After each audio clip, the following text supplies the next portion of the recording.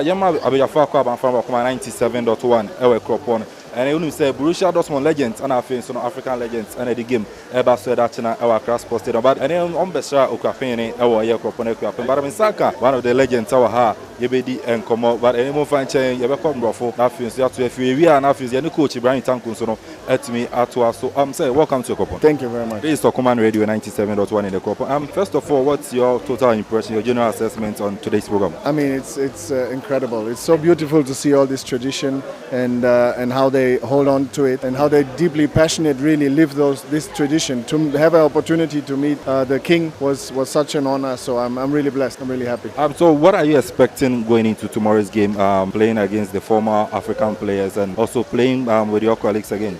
It's always a great pleasure to have these kind of games and to play with former teammates and former players of the club and to meet the other side, those African legends. We saw a few of them yesterday. They're in good shape, so it's probably going to be a competitive game. But first of all, it's about enjoying this opportunity, this coming together of African giants, of Shooting Stars FC and of course Borussia Dortmund for the very first time in Ghana and Africa. Before I let you go, what do you say about Ekropon, our nature, our culture? How did you feel? It's so beautiful. I mean, just the drive up here and out here was already mind-opening and eye-opening, and then to meet all the people, to meet the elders, to have a chance to chat with the king was so beautiful, and to see their tradition and how they live it is something else. So that's something I take home and be honored to have in my memories. Thank you very much. Thank you very much.